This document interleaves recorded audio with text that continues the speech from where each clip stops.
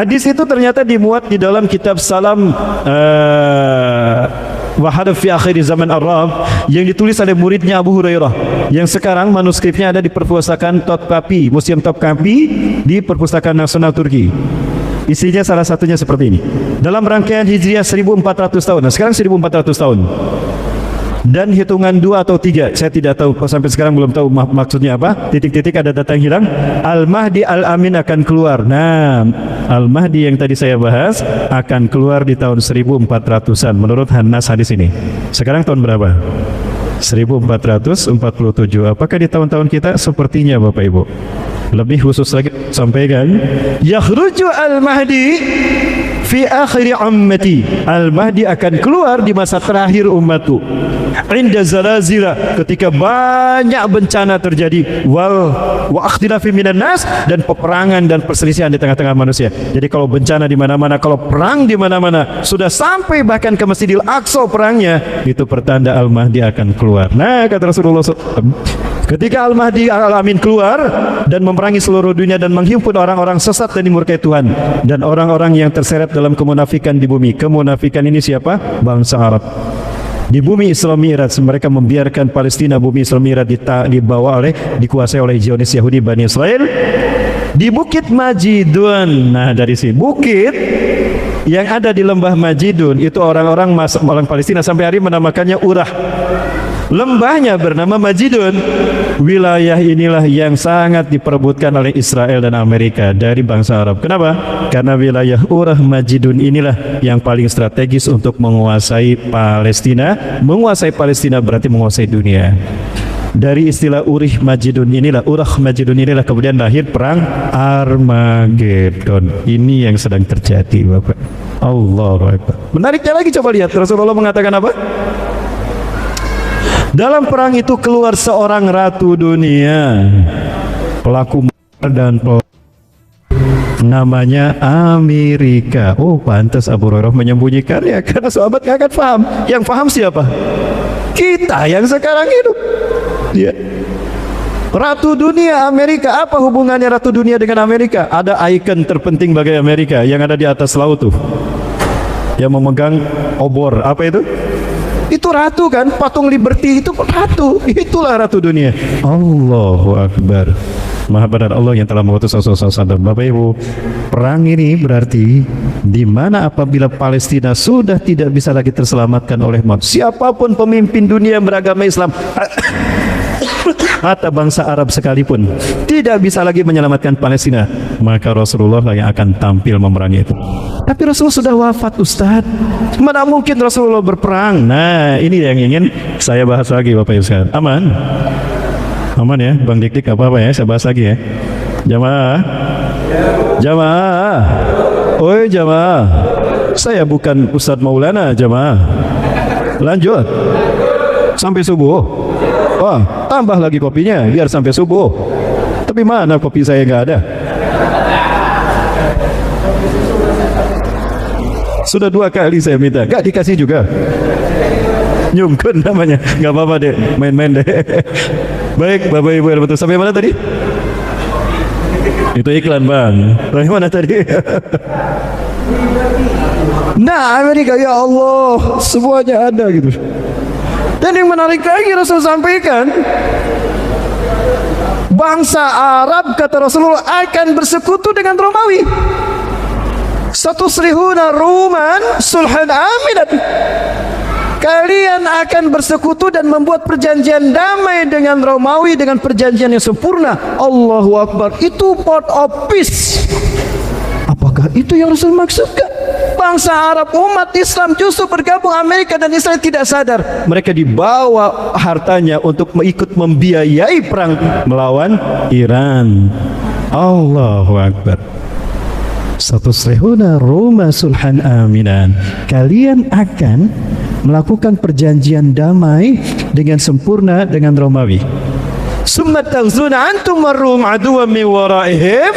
Oh, kalimatnya aduwwan min waraihim. Kemudian kalian, hai umat Islam, dalam ini Rasul bicara kepada bangsa Arab, kalian bersama Romawi akan pergi perang melawan musuh-musuh mereka, bukan musuh kita. Berarti musuh Romawi. Hari ini Romawi siapa?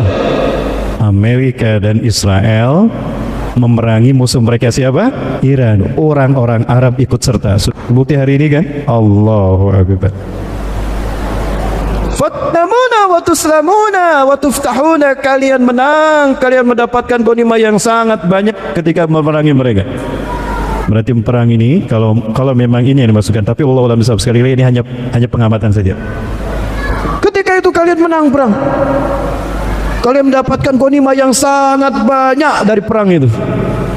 Faqama rajulun min ahli Nasraniyah, maka berdirilah seorang orang laki-laki Kristen ini. Yarfa'u salib, dia mengangkat salib.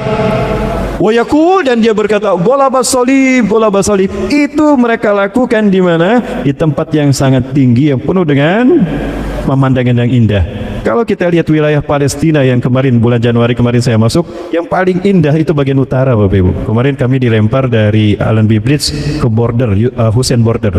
3 jam perjalanan, hampir 3 jam saat itu ya perjalanan kami sampai di sana. Habis sholat subuh kami makan, setengah jam 7 kami berangkat, setengah 9 lebih, setengah 10 lah kami sampai di border, setengah 5 baru masuk Palestina.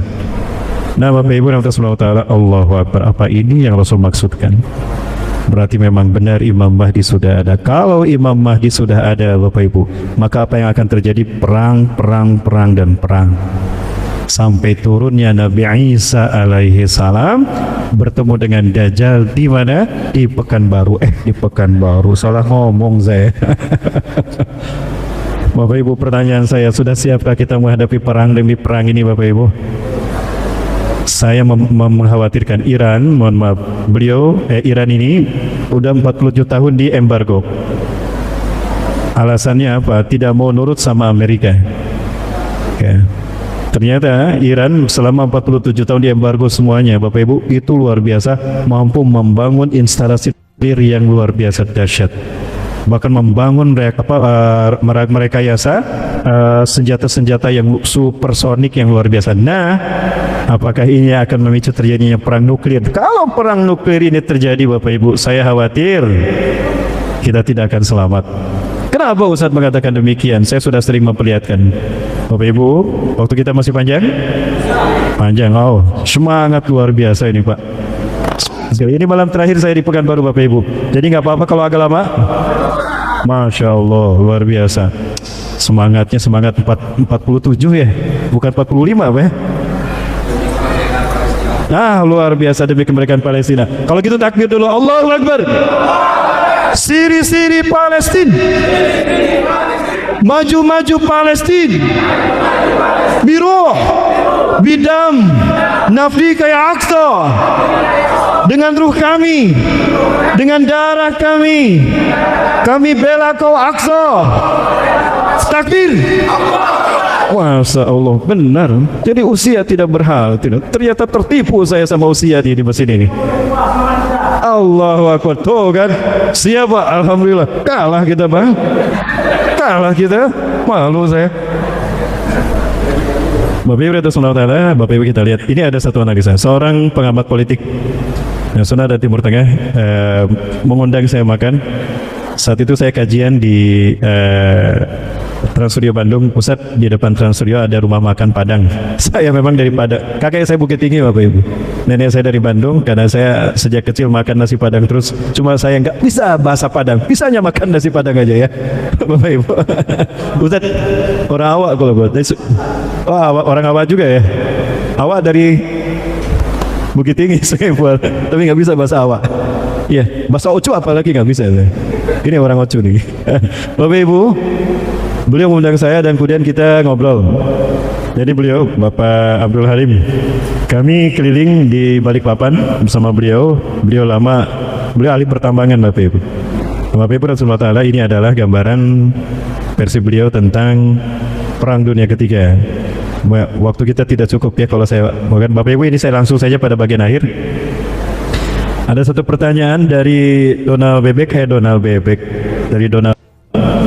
Pernyataan yang membuat kami tersinggung sebagai umat Islam dunia. Apa? Dia mengatakan, "Today I recognize that Jerusalem is the capital of Israel. Officially, secara resmi hari ini saya mengatakan Yerusalem ibu kota Israel. Kalau dia mengatakan begitu dan itu disahkan ketok palu, maka artinya Masjidil Aqsa akan menjatuh ke tangan orang-orang Israel. Maka kami sekarang pemilik Yerusalem, kami berhak menghancurkan Masjidil Aqsa. Itu sebetulnya tujuannya.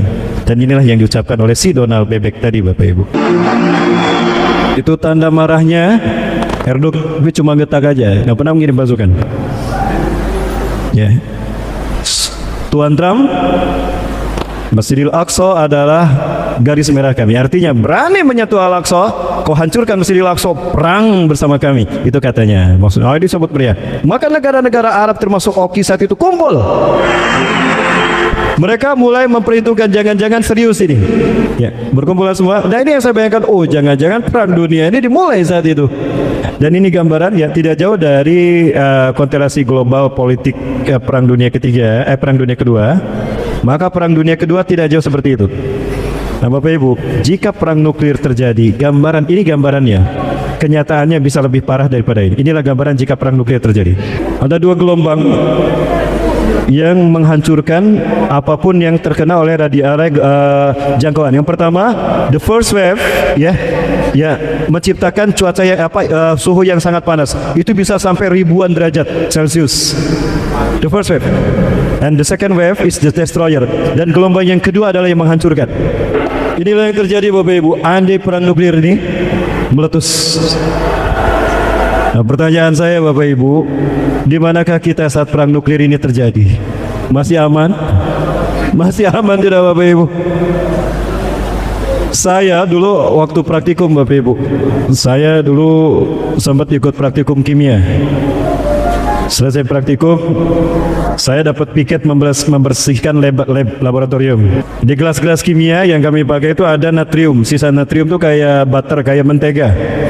Saya bersihkan, saya iseng aja. Kebetulan pengajar kita tidak ada, sudah keluar. Ya, saya iseng aja ngambil tisu selembar. Itu natrium yang warna kuning itu saya bungkus tidak. Kebetulan saya masih pakai sarung tangan ya, sarung tangan lab. Kemudian saya bungkus, saya lemparkan ke air yang ada di baskom. Push, Allahu Akbar. Itu natrium.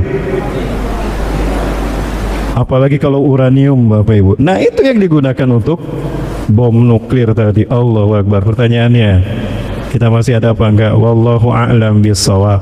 Perang demi perang inilah yang apabila sudah lagi tidak masuk di akal dan tidak bisa terkendali, maka di saat itulah kemunculan Imam Mahdi Bapak Ibu. Ya. Di mana Imam Mahdi akan muncul? Beliau akan dibayat. Ya. Bagaimana caranya kisahnya Ustaz? Nah gini. Akan wafat seorang raja dari bumi Hijaz. Akan lari, ya, yahrubur rajulun min ahlil Madinah ila Makkah yatlubun nusrah ba'da wafati malik fi ardil Hijaz. Al hadis akamakal. Seorang laki-laki dari Madinah lari mencari perlindungan dan pertolongan ke kota Mekah. Itu terjadi setelah wafatnya seorang raja. Yeah. Di sini dikatakan di bumi Hijaz, Raja Hijaz. Hijaz itu adalah tempat antar Mekah Madinah. Oh, berarti yang wafat kemungkinan besar Raja Saudi Arabia. Raja Saudi sekarang siapa Bapak Ibu? Nah, Bapak Ibu yang semata, ini saya perlihatkan pada Bapak Ibu silsilah kerajaan Saudi Arabia. Yang pertama mendirikan Saudi Arabia ini King Abdul Aziz bin Abdurrahman Al Saud. Saudi Arabia diambil dari gelar nama beliau, Al Saud. Beliau mendirikan Saudi Arabia ini 23 September 1932. Beliau mempersatukan 13 kerajaan termasuk Mekah dan Madinah di dalamnya, nomor 4 dan nomor 11 Mekah Madinah. Nah ini Hijaz namanya. Nanti penguasa Hijaz ini akan wafat. Ya, siapakah Raja Hijaz yang dimaksudkan? Ini Raja-Raja Hijaz. Ini pendiri Saudi Arabia, dan ini anak-anaknya yang menjadi raja. Dari semua anaknya ini hanya 7 yang mampu menjadi raja, dan ini yang ke-7 ini. Raja Salman sebetulnya punya adik yang bernama Mukrin bin Abdul Aziz. Ini Raja Salman. Yang pertama jadi Raja Abdul Aziz bin Abdurrahman Al Saud, kemudian Saud bin Abdul Aziz, kemudian Faisal, lalu kemudian Khalid bin Abdul Aziz, kemudian Fahad bin Abdul Aziz, kemudian Abdullah bin Abdul Aziz, dan Salman bin Abdul Aziz Al Saud. Beliau sebetulnya punya adik yang bernama Mukrin bin Abdul Aziz. Harusnya ini raja terakhir, Pak. Tapi qadarullah 2015 tanggal 29 April helikopter yang beliau tumpangi ada yang nembak. jatuh helikopternya, wafat. Berarti otomatis raja terakhir beliau. Satu lagi putra mahkota yang bernama Muhammad bin Naif, itu bagus diplomasinya. Saya lihat beliau selalu mendampingi Raja Fahad, Raja Wafat, Raja Abdullah pun banyak tetap menggunakan Muhammad bin Naif. Entah gimana tiba-tiba diberitakan beliau meninggal 21 Juni 2017. Aneh saja. Otomatis maka putra mahkota jatuh kepada Muhammad bin Salman. Ustaz, katanya ada hadis yang mengatakan begini. Nah, ini hadisnya. Dari Sauban radhiyallahu anhu dia berkata, qala Rasulullah SAW, yaktatilu 'inda kanzikum salasatun, akan berperang di sisi Ka'bah. Zinat Ka'bah. Akan perang di sisi Ka'bah kali salasatun, 3 laki-laki. Kulluhum ibnu khalifatin, 3-3-nya raja. Khalifah di sini maksudnya raja. Berarti 3-3-nya putra mahkota. Dulu ada siapa? Ada 3 nih. Ada Mukrin, ada Muhammad bin Naif, ada Muhammad bin Salman. Ketika ini sudah meninggal berarti sisa 1. Ustaz, berarti cuma 1. Jangan salah. Ya, dulu perseteruan memang terjadi antara Muhammad bin Naif dengan Muhammad bin Salman. Ini wafat 2017 berarti tinggal ini. Jangan salah, ada lagi yang kedua, Al-Walid bin Talal. Lihat istrinya, berjilbab tidak? Ini istrinya. Ya, dan juga siapa? Khalid bin Farhan. 3 sekarang. Ada Khalid bin Farhan, ya Khalid bin Farhan, ada Al-Walid bin Talal, dan ada Raja Salman. 3 sekarang. Allahu Akbar. Nah, berarti kita tinggal menunggu bagaimana kabar dari Raja Salman. Kalau Raja Salman wafat, Masya Allah, berarti Imam Mahdi ada. Kapan Imam Mahdi lihat? Nah, Rasulullah SAW menyebutkan dalam salah satu hadisnya, yamlikul araba sab'an aw thamaniyan, yakni hajjajan. Beliau akan memimpin bangsa Arab 7 atau 8 musim haji. Berarti dimulai dari musim haji. Pertanyaannya, apakah aman musim haji tahun ini? Jamaah, ada yang mau berangkat haji tahun ini? Jamaah, kemarin di Kairo saya ngobrol sama Uzma. Beliau Syekh juga, alumnus Al-Azhar ya. Beliau juga guru kita. Beliau sedang tesis doktoral sekarang. Beliau ngambil manajemen syariah kalau nggak salah. Nah, beliau menyampaikan pada saya, Ustadz, ini ada WA Ustadz, ada WhatsApp. WhatsApp apa Ibu ya? Ini ada WhatsApp dari siapa Bu ya? Ini dari seseorang. Oh, ternyata kita sama dapat WhatsAppnya. Dan isi WhatsAppnya ini Bapak Ibu. Kami baca WhatsAppnya. Saya tidak merubah isi WhatsAppnya. Ini isi WhatsAppnya. Mereka sudah mengirimkan tentara ke Sungai Efrat. Siapa? Eropa, Bani Rum. Untuk apa? Emas. Mereka mengambil emas. Dan fotonya sudah ada Bapak Ibu. Bukan lagi sudah berangkat Bapak Ibu, emasnya sudah mereka olah. Beberapa tentara mereka sudah memegang emasnya. Apa saya perlu perlihatkan? Ini saya perlihatkan pada Bapak Ibu. Emasnya mereka sudah pegang Bapak Ibu. Mana ya? Saya simpen datanya, foto-fotonya, di mana mereka sudah menguasai emas di Sungai Efrat sana. Allahu Akbar, merinding saya Bapak Ibu. Ya. Akan muncul nanti kata Rasulullah, kiamat tidak akan terjadi sehingga akan muncul emas, gunung emas di Sungai Efrat. Ya, berperanglah manusia memperebutkannya. Ya, dari sekian banyak mereka yang berperang, ya hanya 1 yang selamat dari 100 orang itu Bapak Ibu. Dan Bapak Ibu berkata Allah, terus yang sekali tidak ditemukan, saya sudah simpan di sini bagaimana tentara-tentara Amerika dengan senyum mereka berdiri di depan tumpukan emas Bu. Dari mana emasnya? Sungai Efrat. Dari Irak. Sekarang Irak sudah mereka kuasai. Bapak Ibu, mereka sudah memasang detektor aura Al-Mahdi dan menyusupkan intelijen pranatural. Oh, luar biasa. Jadi yang punya kekuatan gaib berarti sudah belajar ilmu kanuragan. Di mana? Belajarnya di mana? Ya, ke Fir'aun barangkali ya. Supranatural ke Mekah dan Madinah disamarkan sebagai tentara penjaga perdamaian. Para elit global sudah membuat asentasa, mereka pindah ke bunker-bunker Bapak Ibu. Mereka sudah mulai merujuk kepada kebun, siap-siap untuk meninggalkan perkotaan. Yang keempat, listrik dan teknologi akan dimatikan di pertengahan 2026. Wallahu a'lam bishawab. Apakah bulan Juli nanti listrik akan mereka padamkan? Wallahu a'lam bishawab. Kemudian yang kelima, akan ada banyak hologram di angkasa mulai Ramadan besok ini. Alhamdulillah tidak ada kan? Berarti ini tidak benar.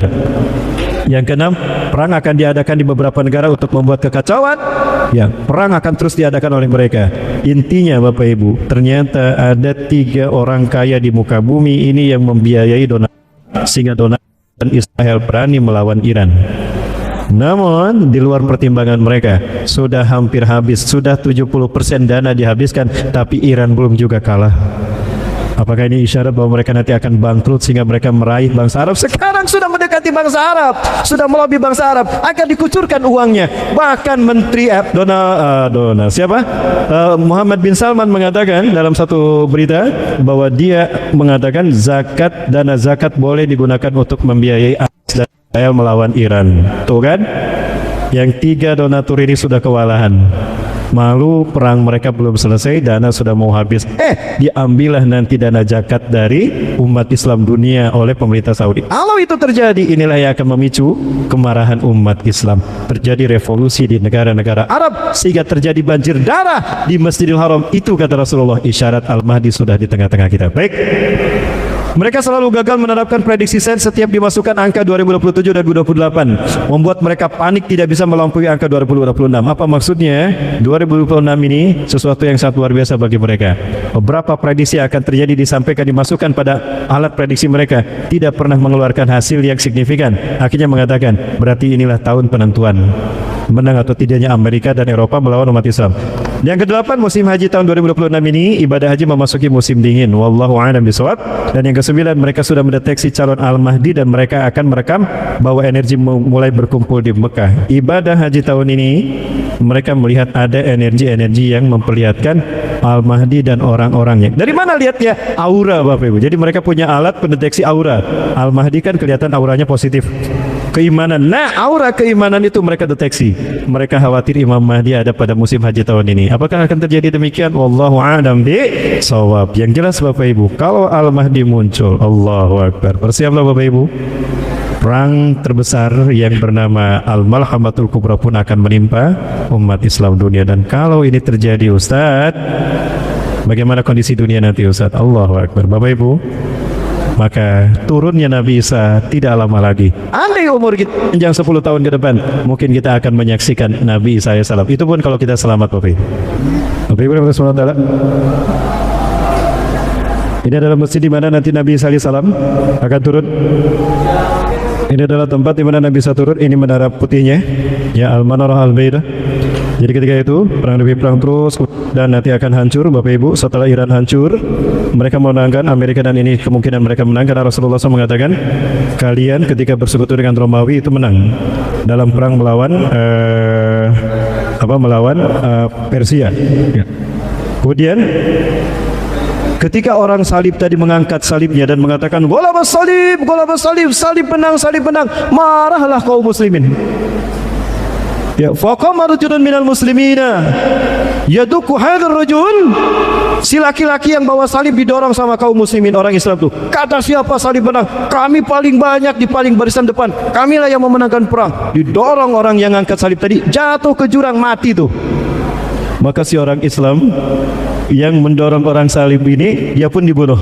Fayakiruhum, maka Romawi berkhianat kepada umat Islam. Nah, saat itu mereka memisahkan diri, masuklah dari atas. Dari mana? Dari Turki.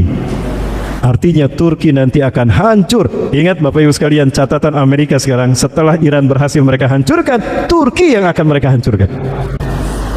Terbukti kata Rasulullah. Ya. Kalau itu terjadi, itu pembuktian Rasulullah kemungkinan besar.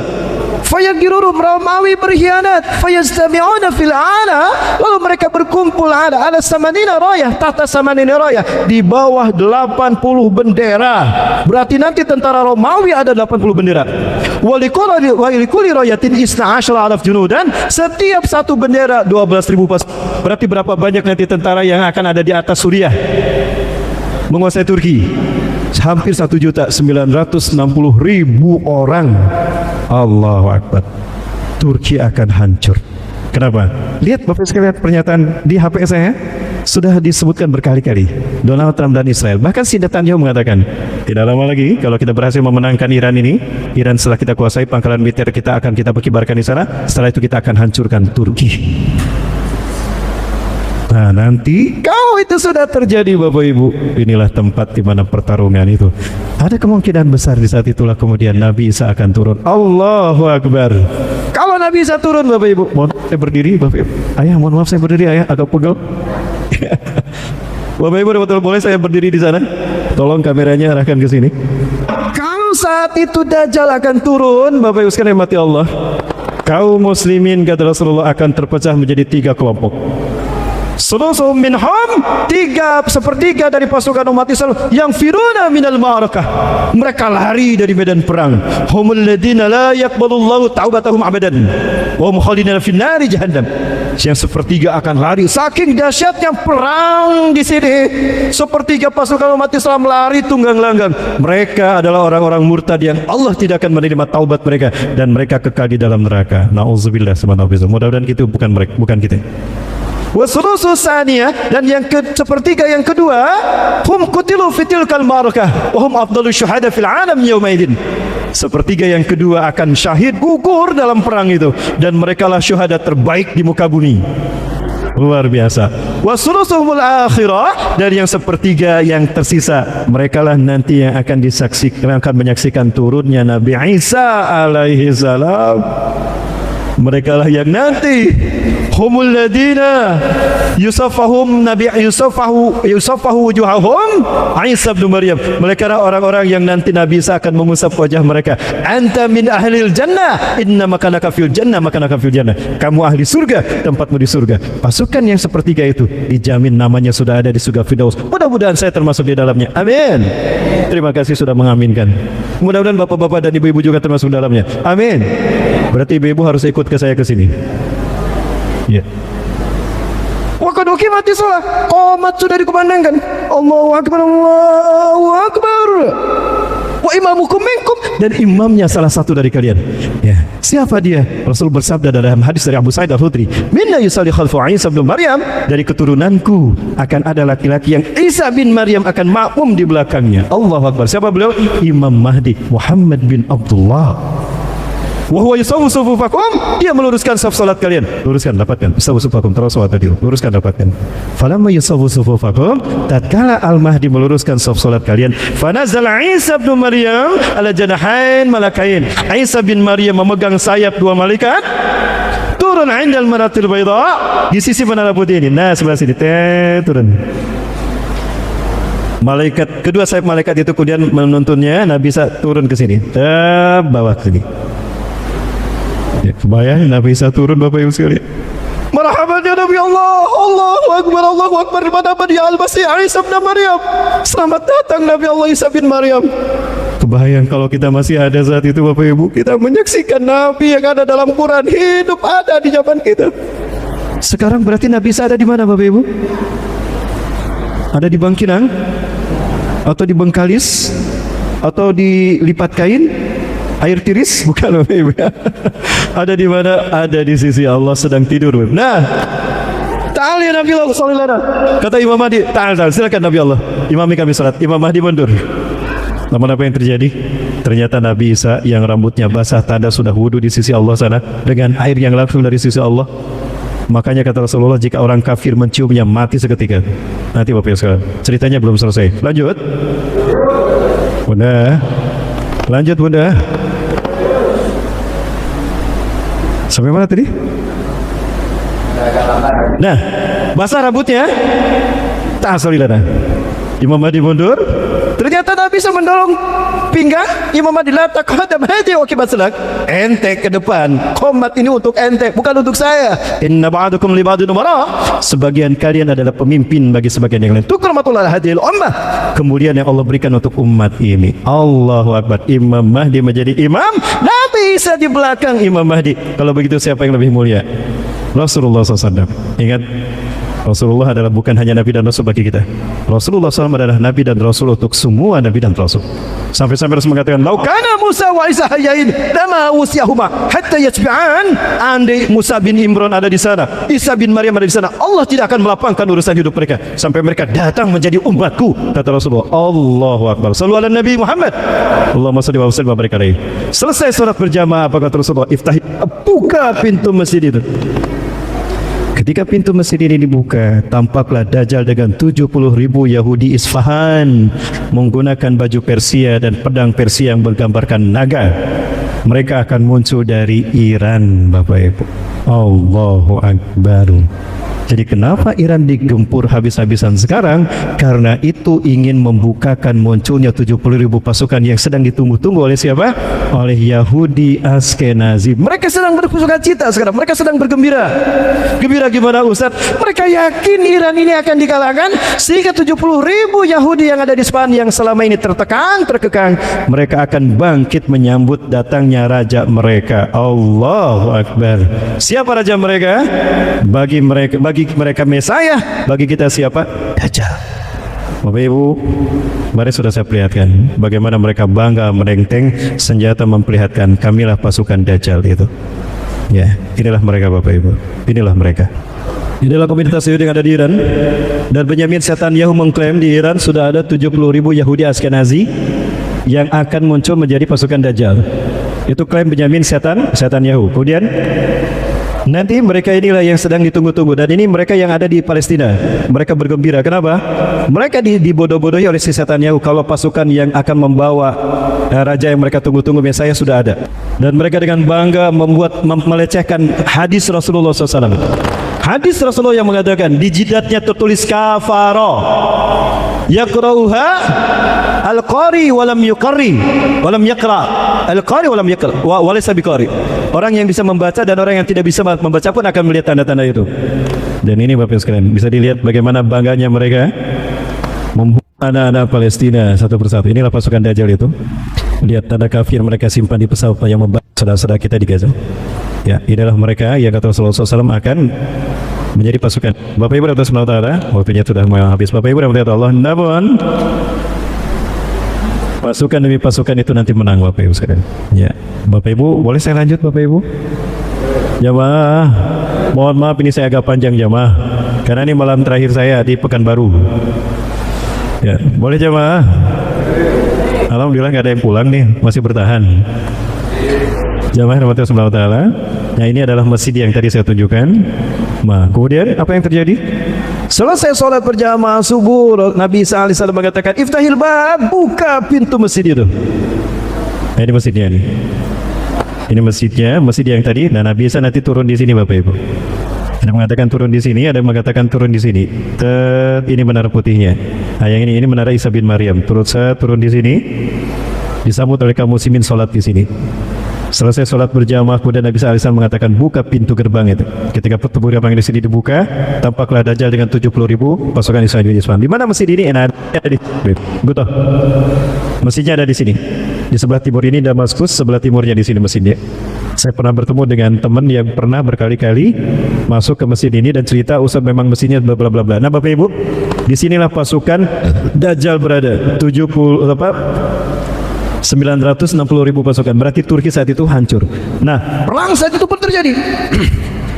Ya, di masjid inilah nanti Nabi Isa AS akan mengatakan kepada kaum muslimin, iftahil bab, buka pintu masjid itu. Falamma futihal bab, ketika pintu ini dibukakan,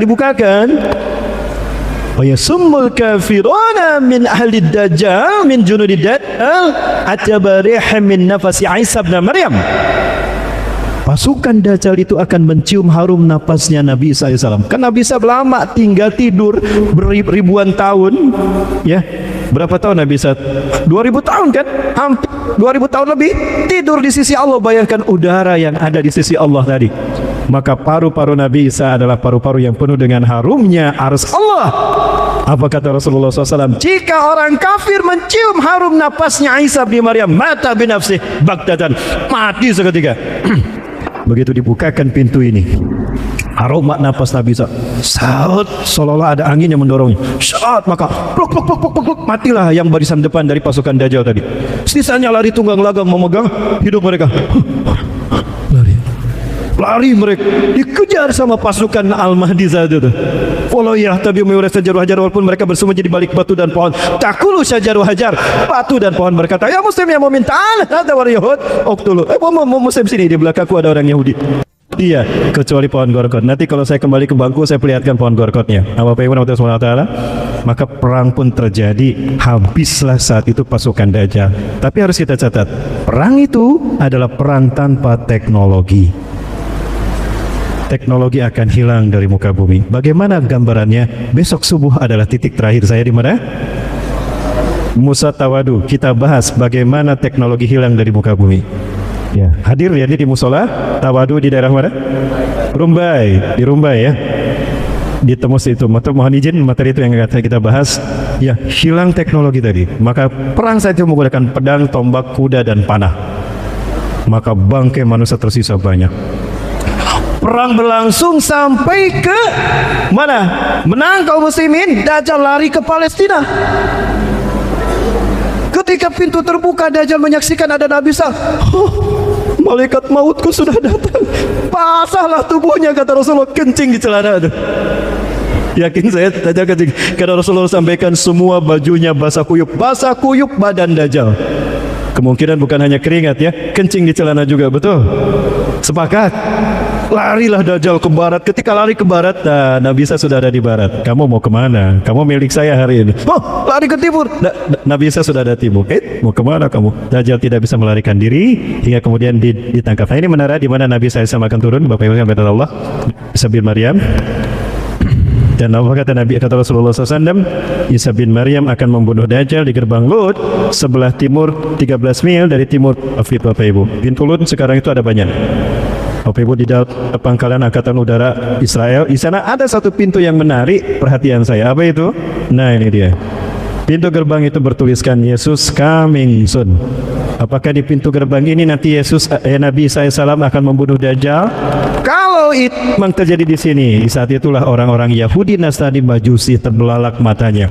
Ternyata Tuhan yang mereka tunggu-tunggu, orang yang selama ini mereka anggap Tuhan, Yahudi yang menganggap Mesias Tuhan, Nasrani yang menganggap Yesus Kristus Tuhan, Al-Masih Yesus Kristus Tuhan, dan Al-Mahdi Al-Muntazar yang dipertuhankan Sofawiyah Persia, mereka Majusi akan terbelalak kalau itu adalah Dajjal yang telah menyesatkan mereka. Nanti kita lihat pengakuan seorang pastor di Eropa yang mengatakan kalau kita salah meyakini Tuhan selama ini. Betulkah demikian? Nanti subuh kita bahas, insya Allah. Hadir ya. Maka matilah Dajjal. Kamu yang mengatakan saya Tuhan, plus kamu yang mengatakan saya satu dari 3 Tuhan, plus habislah darah Dajjal. Menang kaum muslimin. Sampai kemudian mereka pergi menyusuri tempat itu sampai ke Sinai. Di Sinai Bapak Ibu mereka beristirahat. Kenapa? Karena ada Yajuj Majuj. Nah, ada kemungkinan Dajjal mati sesudah Yajuj Majuj. Ya, kenapa? Karena posisi Dajjal kan di Palestina. Sementara Yajuj Majuj ada di Sinai, di atas perbatasan dengan Mesir. Ya. Nah, ada kemungkinan Yajuj Majuj ini dibantai lebih dulu, dihukum oleh Allah nanti sebelum Dajjal ini dibunuh. Karena setelah Dajjal mati, Nabi Isa alaihissalam dan pasukan kaum muslimin akan bertahan di mana? Di Masjidil Aqsa. Untuk kemudian setelah di Masjidil Aqsa pergi menuju Mekah Al-Mukarramah menunaikan ibadah haji. Nabi Isa alaihissalam akan menunaikan ibadah haji, kemudian akan menikahi seorang wanita Arab dan punya 3 anak laki-laki. Ya, itu terjadi ketika dunia aman. Inilah fase yang kelima, fase yang khilafah alamin buah.